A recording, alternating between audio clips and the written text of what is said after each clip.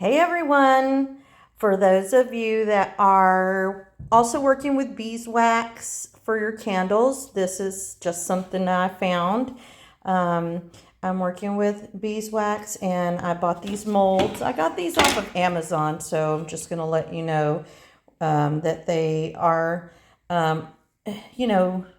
very simple to work with. These are the thin candlesticks that you can find on Amazon, and I wanted to try to see how they work. I also have some thick ones, and I also have some silicone ones, and this is what they have given me so far. These are just a sample of some of them. Really nice. Using this hemp wick. And I decided that I am going to use this little slow cooker. It's a small one and it is only for beeswax. It works really well for me.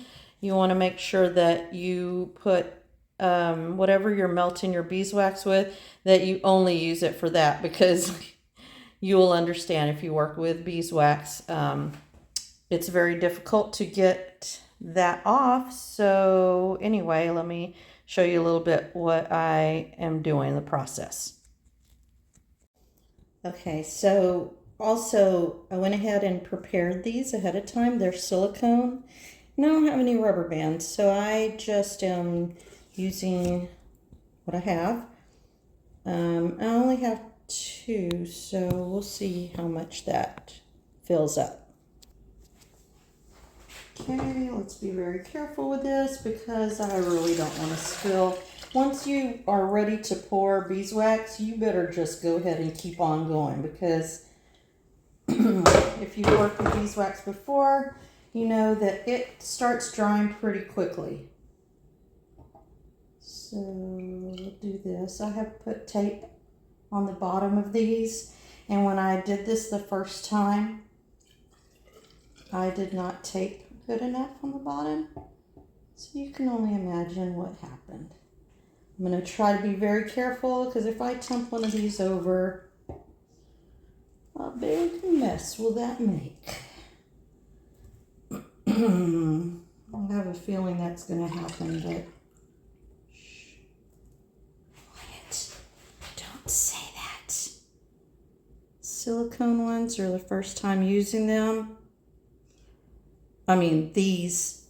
Oh, good thing that I put this in a big cylinder, because I can already see I didn't tape it good enough. Should I do the second one? I'm going to do it. Let's do it. Ooh. Okay, so the first one, yeah, I didn't do it good enough. And I still have some beeswax left. So I'm going to pour that back in here so that it does not dry up, because that is another process to get it out of my pitcher. And like I said, beeswax does dry pretty quickly. So you want to work carefully and quickly, because you don't want crooked wicks. Like I said, this is hemp wick. So I have actually used this hemp wick and I have braided it for my pillar candles, because the amount of beeswax for that width of a candle did require a thicker wick, so I just braided it with 3 strands. These are much thinner, and so I am only using a single strand of the hemp wick. You can already see it drying up, and some of the candles I went ahead and tinted a certain color, but these are just the ones that I have recently did again, and these are 10 inches. So we'll see how these come out. And I'll show you how easy it is to get out of the cylinder.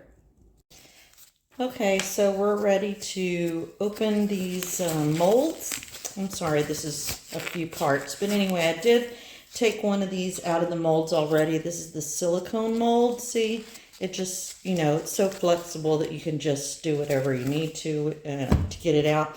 But this is the first one. So you could see how that came out pretty clean. And if you remember, this is the one that leaked on the bottom. I did go back and you know, wait till it dried a little bit and then refilled it up. And now we're gonna see how it looks. Sometimes I wish that I would just do this live so that, you know, you can actually see my experiences with my unveiling. You know, I shouldn't call them experiences. Sometimes I think they should be called challenges, because sometimes they are. Anyway, let's just see. This may not have been a good idea to re-pour, but okay. Can you see that? It came out nice and clean. Just pull that out of there. I always give plenty of wick because, I don't know, I just do that. So it did come out pretty good. Come out nice and clean. These other molds that are the plastic molds, you see how they have these little screws in there. So they just fall out the sides. Anyway, I did not tell you that I sprayed, I'm sure you probably guessed that, sprayed some coconut oil in there. Okay, see, there you go. So it came out pretty good. I did tape the top where the hole is for the wick to come through.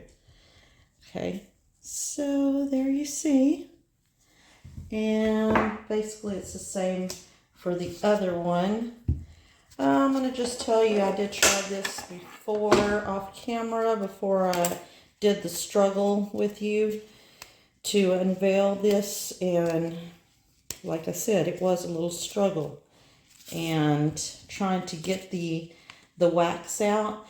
And when you receive these molds, of course, you think it's just common sense. Pour it in there, pull it out of there.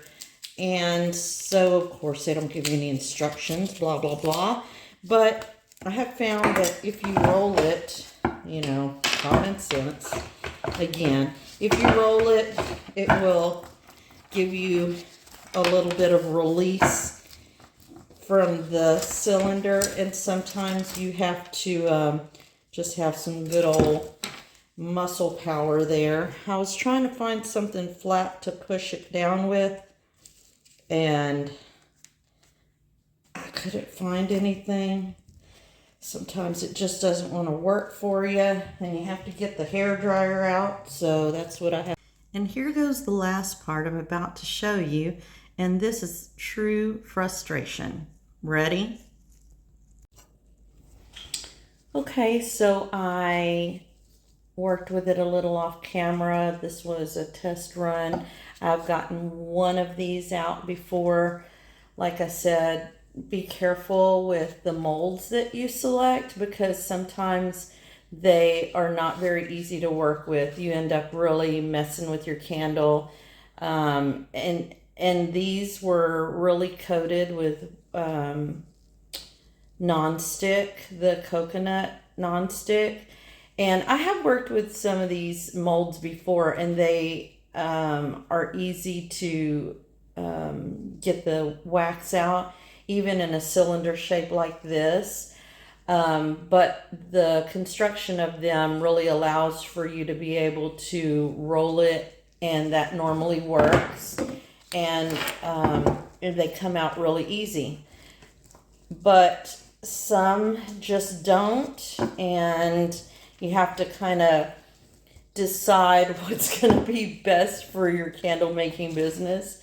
This one is just going to end up, we're just going to reheat it and get the wax out of it. So if you've never had that problem before, beeswax, if you put it in water and boil, it's going to float to the top. The wax is going to float to the top. So that's what's going to happen with this one. Anyway, I hope this was helpful to you. These are some good molds here because they do come apart. The silicone are very great to work with because they are easily bendable, easy to work with. You can manipulate the shape and it'll go back to its shape. Anyway, I hope this was helpful to you. Check you later.